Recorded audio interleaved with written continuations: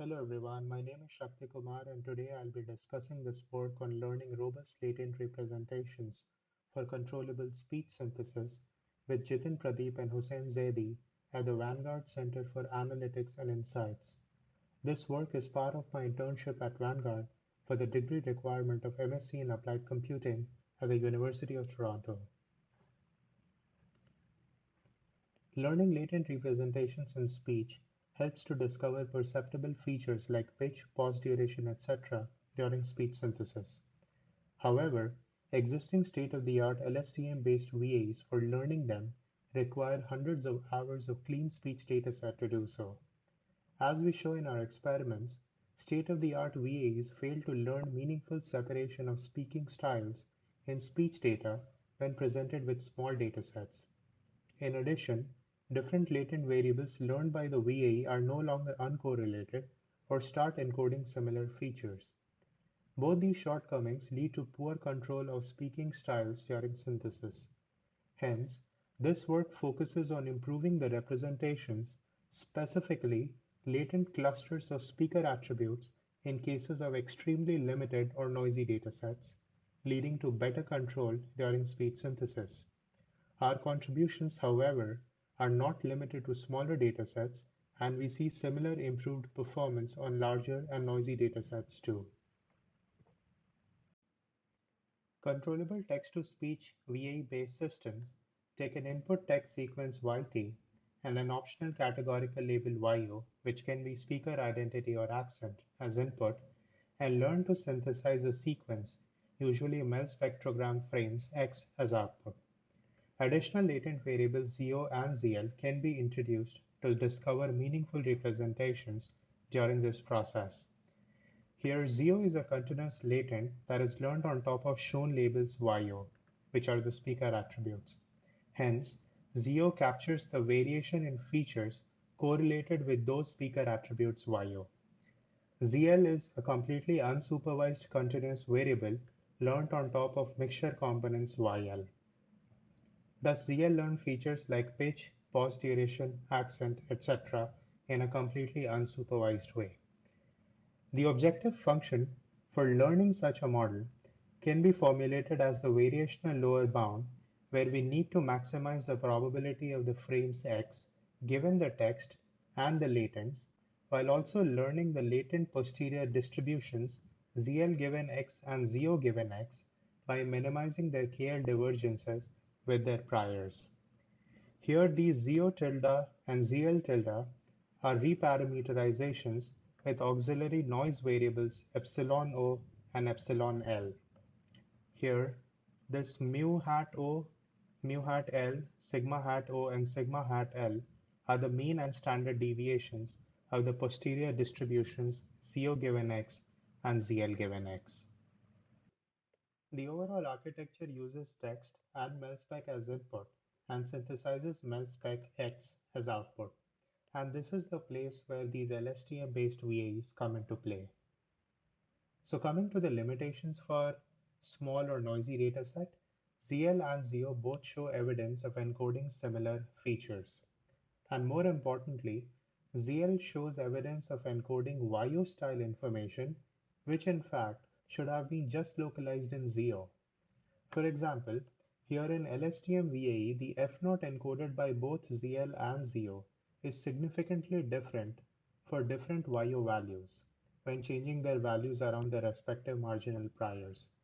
Similar trends are also seen for speaking rate or the length of the synthesized MELSPEC as well, where the lengths are considerably different for YO equals 0 and 1 for both ZO and ZL, even though it should have been just ZO that should have shown the difference for different YOs.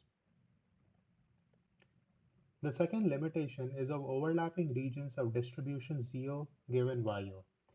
In this table, we can see that the cluster overlaps of almost 30% exist. For LSTM VAE, that was trained on 4 hours of US with YO equals 0 and 4 hours of UK with YO equals 1 speech dataset from Moscow AI Labs. In an abstract depiction, this would mean that if you happen to pick a point from this shaded overlapping area in the latent space of ZO and synthesize your text, you won't really have control over what YO style, for example accent in our experiment, comes out.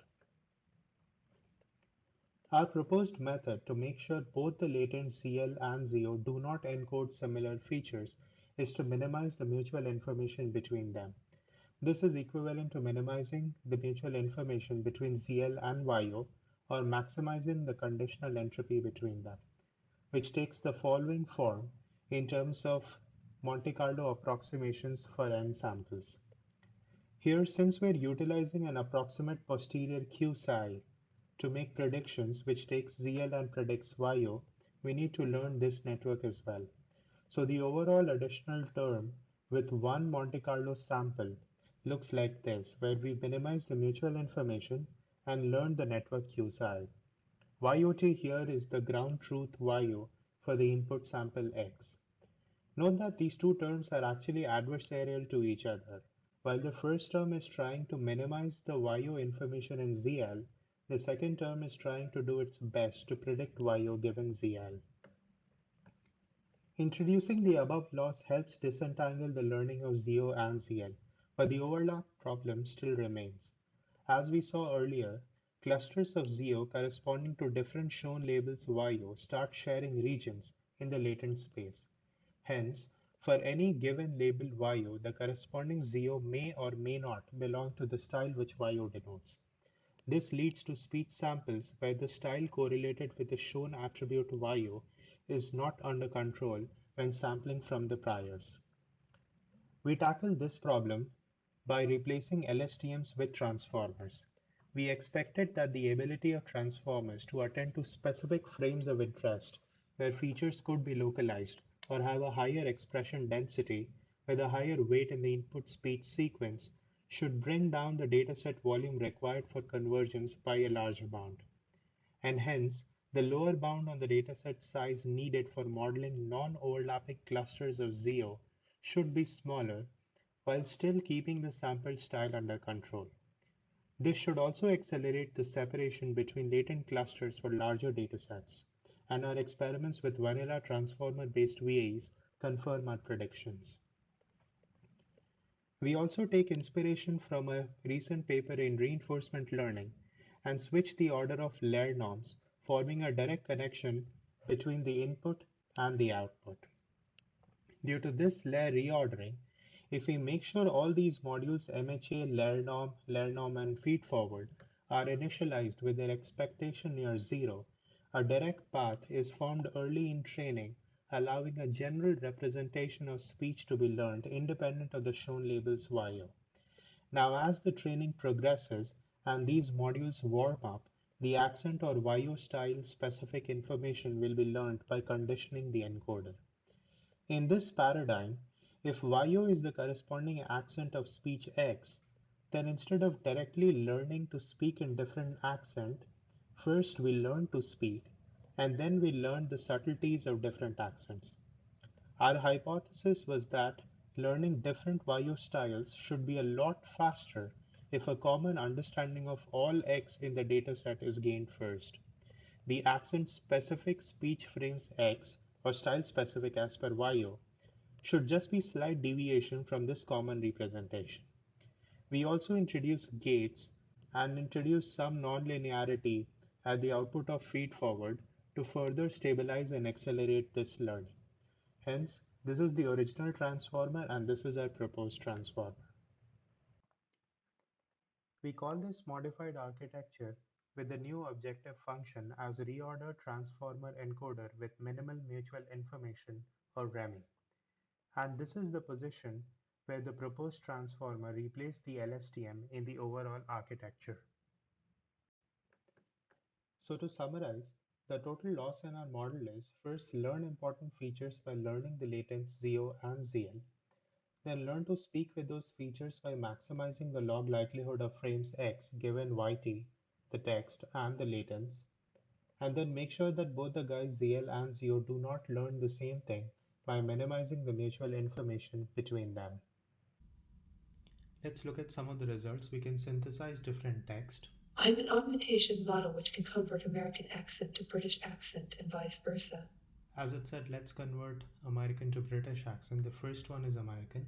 But I'm sorry Mamma still looks upon me as an encumbrance, as the advertisements in the Times always call us unfortunate children.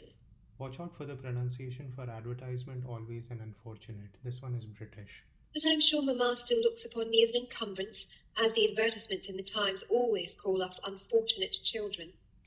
So note that we used Griffin limb reconstruction to convert the synthesized Mel spec to waveforms and hence this robotic voice. Similarly, let's look at this example and watch out for the pronunciation for water. Can you pass me a bottle of water? And the next one is British. Can you pass me a bottle of water? The first one was American. Can you pass me a bottle of water? And the second one is British. Can you pass me a bottle of water? Similarly, we can synthesize the same text in different intonations because of this sampling of the latent CO and ZL during reconstruction. Let's look at this example. Do you remember the Gnome King? Asked the Tin Woodman. In this example. Do you remember the Gnome King? Asked the Tin Woodman. Now let's look at some of the quantitative results.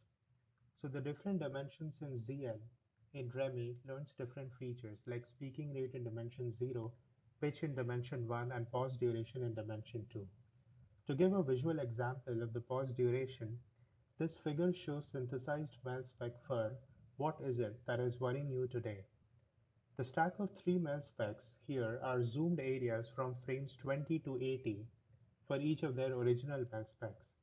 It can be seen that the pause duration denoted by the dark region increases as you synthesize the same text, moving from mu minus 3 sigma to mu plus 3 sigma for the values of ZL. Similarly, for showing changes in intonation, here are 3 Mel specs synthesized for the text. The area has 4 Catholic schools and 3 Church of England schools, corresponding to 3 random sampling of ZL and ZO from their posteriors. We can see that the first synthesis is very much shorter compared to the second and the third. Similarly, this Mel spec is synthesized for the text. The team has participated in the opening pitch of the Brooklyn Cyclones. The third Mel spec shows smooth areas in higher Mel channels compared to the second and the first, and thus random latent sampling of ZL and ZO from their respective posteriors affects intonation and the Mel spec texture. To show that ZL no longer encodes YO style-specific information or features of ZO, we observe that ZL does not show different values of the fundamental frequency or the length of the synthesized Mel spec for different values of YO any longer. Hence, no style-specific information is encoded in ZL. In terms of latent clusters of styles, we see that REMI consistently increases DI and reduces DBI for different sizes of the Moscow AI Labs dataset and performs at least 3% better in DBI for 20 hours US and 20 hours of UK on the Moscow AI Labs dataset compared to all other existing architectures. Similar improvements are observed for noisy common voice dataset too, where REMI performs at least 4% better on all sizes of noisy common voice dataset than all existing LSTM and transformer VAE architectures. REMI also reduces the overlap percentage of small noisy common voice dataset by almost 45% and by 30% on small clean Moscow AI Labs dataset. For subjective evaluation, we see that REMI produces speech that sounds more British than LSTM VAE with a higher CPOS. A higher comparative score also shows that REMI has better control over synthesized accent than LSTM VAE. So to conclude, we saw that REMI discovers disentangled latent representations of speech with uncorrelated latent variables, allowing better control of speech synthesis. It reduces the cluster overlap of speaker attributes by at least 30% over LSTM-based VAEs. REMI also keeps speaker styles under control on varying dataset sizes and different noise conditions as seen on Moscow AI Labs and Common Voice datasets. We also showed that there is a significant boost both in convergence and in stability how they learned representations with Remy. And with that, thanks for attending.